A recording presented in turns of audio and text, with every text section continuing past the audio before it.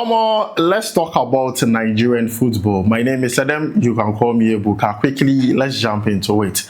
Now, there's a trending topic on the social media concerning Nigeria, Ghana, and Ivory Coast hosting the World Cup. Do you think it's possible? Let me know it down below in the comments. Now, this statement was made by the sports minister in Ghana, stating that it is possible for Nigeria, Ghana, and Ivory Coast to host the World Cup in the future.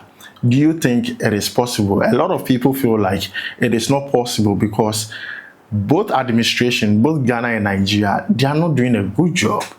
And they don't think it's possible for these three countries to host the World Cup. For Ivory Coast, they hosted the AFCON, so it looks like it is possible for them. But for Ghana and Nigeria, there is a huge question mark from the comment I have read so far. But then let me hear from you concerning that. Is it possible for Nigeria, Ghana, and also Ivory Coast combined to host the World Cup?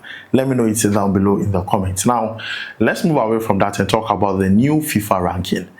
It came at a wrong time, but it's also good for Nigeria because Nigeria has risen when it comes to the ranking.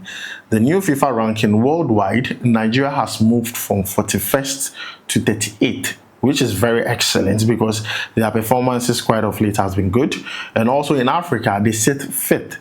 But then these rankings are not of use now in this particular moment because Nigeria is not in the World Cup anymore. If they were still in the World Cup race, then this particular ranking would have made so much sense. So this is like a bittersweet moment for Nigeria. Currently, they have risen when it comes to the FIFA ranking, which is from 41st to 38th. Let me know what you think about it down below in the comments. Now, let's move away from that and talk about Mikel Obi. He had a lot to say about the Super Eagles of Nigeria not making it to the World Cup and also concerning the coach, Eric Sepushel. Guys, let's check out exactly what he said. After the game saying, oh, it was voodoo. Oh. Mate, if voodoo works in football, do you know how many World Cups Africa would have had? Do you know how many World Cups we would have had? All of the winners of the previous World Cups would have all been African. I mean, right. What an excuse. It's ridiculous. What a ridiculous excuse that it was voodoo. I mean, when I saw it, when I heard it, I couldn't stop laughing. I mean, I was so angry about the result. But then you see that. But then when I see that, come on. That's the lamest excuse you can come up with. That's the lamest excuse. Voodoo. I'm just like, I mean, if you're watching football, you know how many people would have been winning stuff? Yeah, like, exactly. just flick it and it works. Throw out some water. Throw out something and it works. They choose the wrong, always the wrong time to make issues come up. Yeah. Because it was just the wrong time for the situation to come up. And it just comes again with the whole thing that I talk about every single time. Do we have the talent in the team? Of course we do. Do we have the players to take us to the World Cup? Of course we do. We have all these things. The potential is there with the team, with the players. But when you have the people in charge, constantly putting the team in this situation, in this negative situation, it brings the whole team down. And that's what happened. Yes, we did win against Gabon 4-1. After extra time. After extra time. But then we couldn't go past DRC Congo. It's just the whole thing of negativity. It just doesn't work well when you are in this situation of going to the World Cup. And that's where my frustration comes with the NFF. That's where my frustration comes with them not being the right people to motivate these players, to get the best out of these players, to make sure that these players are comfortable playing for the national team. Because if those things happen 2 days before the game, it doesn't matter if you have a meeting and sort it out. It still lingers around. Of course. Mentally, it's in their brains thinking, you know what? This thing has just happened. We missed training 2 days before. Am I fit? Am I ready for this game? Because I haven't trained for 2 days. Mentally in your head, you're not focused on that game. Yeah. So these are the little things that when it happens, they're not little things. These are things that have been happening time after time, year after year. of this NFF, of the wrong people being in charge. I've said it. There is no two ways about it. We had to go to the World Cup, and now we failed 2 times in a row. It's a disaster. So guys, you have heard from Mikel Obi. What do you have to make of this? Let me know it down below in the comments. Mikel Obi did not hold back, and Mikel Obi spoke for almost every single Nigerian. How they were disappointed in the team, in the coaches' tactics on the day. Mikel Obi did not hold back. But then let me know what you think about what he said concerning the Super Eagles down below in the comments. And I think he's one person that really wanted to see Nigeria at the World Cup. It's just rather unfortunate Nigeria was not able to make it. But then they can make good account of themselves at the AFCON, which is very, very important. So that should be the next focus. Now, let's move away from that and talk about some good news concerning the Super Eagles of Nigeria. Players who got injured and did not feature in this particular World Cup playoffs, some are returning back to match fitness, and it is very good. I'm speaking about number 1, Ola Aina. Ola Aina is back from injury, already training with Nottingham Forest, which is really good, not only for Nottingham Forest, but also for the Super Eagles of Nigeria. We all know how important Ola Aina would be for the Super Eagles of Nigeria if he's fit enough, gets a lot of game minutes ahead of the AFCON. So this is a very good one concerning Ola Aina. He's back from injury. The second player is Cyril Dessers. Cyril Dessers is back from injury, which is also good for Nigeria, which is also good for his club side, Panathinaikos. Now he's looking to get a match rhythm so that he can get into the first team at Panathinaikos, play regularly, and also be in the good books of Eric Sakushel for the upcoming AFCON. But then guys, let me know what you think about these 2 players returned from injury, Ola Aina and also Cyril Dessers. Good for Nigeria or not? I think it's very good for Nigeria, but then let me know yours down below in the comments. Now, let's move away from this and talk about the CAF Awards. I think Nigeria was robbed. Yes, if you watch the CAF Awards very closely, you would agree with me that Nigeria was robbed, and it was like a campaign for Morocco. They did a whole campaign for Morocco during that CAF Awards, and I did not like that fact. Now, the reason why I'm saying this is because Nigeria picked up 2 awards on the 9th. Women's National Team of the Year, they picked it up. That was Nigeria, the Super Falcons. They did an excellent job. They won the WAFCON. That was not all. They also picked up goalkeeper, Women's Goalkeeper of the Year. Chiamaka Nnadozie picked that up, and I was happy for her. But I was hoping that Nigeria would have also picked up Women's Footballer of the Year. That did not happen. It went to the Moroccan called Chibak, and I felt like Nigeria was robbed in that instance. First of all, Ajibade, who was there, had done a lot for Nigeria, especially in the WAFCON and also at her club level. Now, let me tell you these statistics. Rasheedat Ajibade in 2025 for club and country, she won the WAFCON championship or the tournament. She also had player of the tournament at the WAFCON. That is not all. She won 3 player of the match awards during the tournament. And during the tournament, these are the number of goals she scored. 1 goal, 2 assists. Now at her club level, she has scored 8 goals, providing 3 assists in 25 appearances.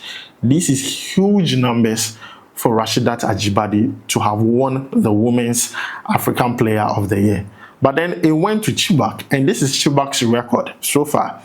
She did not win the WAFCON title, but then she won the highest goal scorer in the tournament, scoring 5 goals and providing 0 assists. So she walked away with the golden boot at the WAFCON. At her club level, she has 3 goals, 2 assists in 26 appearances. Compare this to that of Rasheedat Ajibade and tell me who should have won the Women's African Player of the Year. I think CAF has robbed Nigeria, and that is not all. The shortlisted players, the 3 players, I believe Esther Okoronkwo should have been there. Now, the reason why I believe Esther Okoronkwo should have been there is because of what she has done for her club side. I think Esther Okoronkwo is one player that should have been part of the final nominees. Now, During the WAFCON, she scored 2 goals and provided 6 assists. We are talking about Esther, who provided 6 assists. You know how influential she was for Nigeria. She won the WAFCON title. She has scored 11 goals and 8 assists in 23 appearances for her club side. And she has also won a title with her club side. So this is a player who has won titles both with her club side and her national team. And she was not even shortlisted in the first place. Isn't this funny? But guys, let me know what you think. I think Nigeria was robbed during the CAF Awards. They were just robbed. Now, let me know what you think about that down below in the comments. Now, that is not all. Chiamaka Nnadozie, who picked up, the women's goalkeeper of the year, which I believe she rightfully deserves, has picked it up for 3 times, a hat-trick of awards. Now, after picking up the award, this is what she said. She says that, I am incredibly grateful and truly honored to receive this award. Being recognized for the 3rd time means a lot to me. This moment reflects countless hours of hard work. My sincere appreciation goes to the coaches and teammates and all the amazing people who have helped me. And I think she really, deserves this particular award. She has really worked for it, and she's the best in Africa. It is what it is. But then, guys, let me know what you think about the CAF Awards. I believe Nigeria was robbed. Let me know what you think about it down below in the comments. Now, moving away from that, let's talk about Victor Osimhen. Now, Victor Osimhen picked up an injury playing for the Nigeria Super Eagles during their World Cup playoff against Congo. He did not play the second half. A lot of people attributed Nigeria's loss to that particular injury. So he traveled to Turkey to check up on the injury. They did an MRI scan, and we heard that from medicals that he was going to miss 2 to 3 weeks of football. That means about 2 or 3 games for Galatasaray. But then this is what the Galatasaray president Dusan Özbek had to say concerning the player. He confirmed that he will be only sidelined for only 2 weeks following the hamstring injury he sustained during the international break. Now, that is not all. The MRI from Turkey showed a mild tear and also an internal bleeding. That is what the MRI scan in Turkey showed.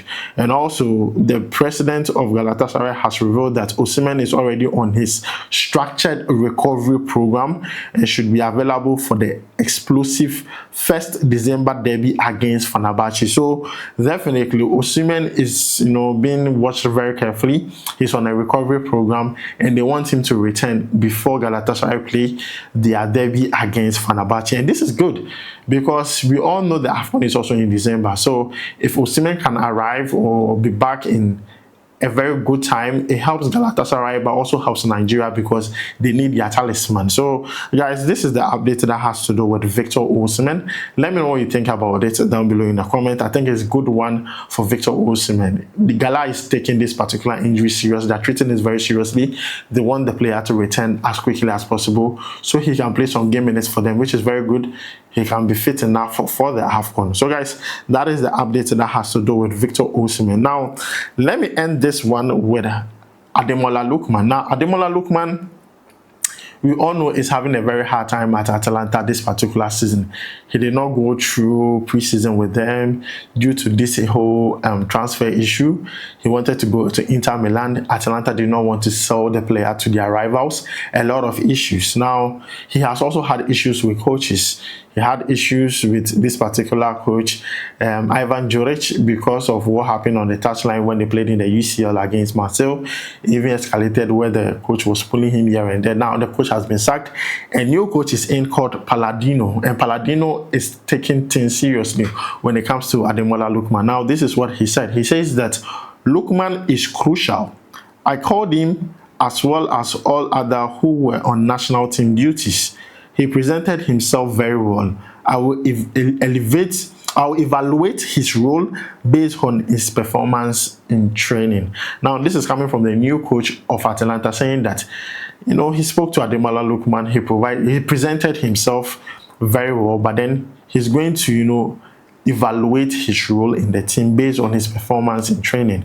And I believe this is a fresh start for Ademola Lookman. But then still, I believe the best or the right move for him is to leave Atalanta in January. The environment is becoming too toxic, you understand? And I don't want him to always be used as an scapegoat in almost every single instance. But then guys, this is the update that has to do with the player. The coach is saying that he's very crucial for them. But then let's see what happens. Galatasaray are interested in the player, and I'm sure in January a lot of clubs will be interested in Ademola Lookman. He needs to move and move fast. That is my only advice I can give to the player. But then guys, this is where I'm going to end today's update. My name is Adam. You can call me Ebuka. But as I asked, can Nigeria, Ghana, and also Ivory Coast combined host the World Cup? Let me know your answers down below in the comments. Thanks for joining me. My name is Adam. I'll make sure to see you in the next one. Charlie, we go vibe.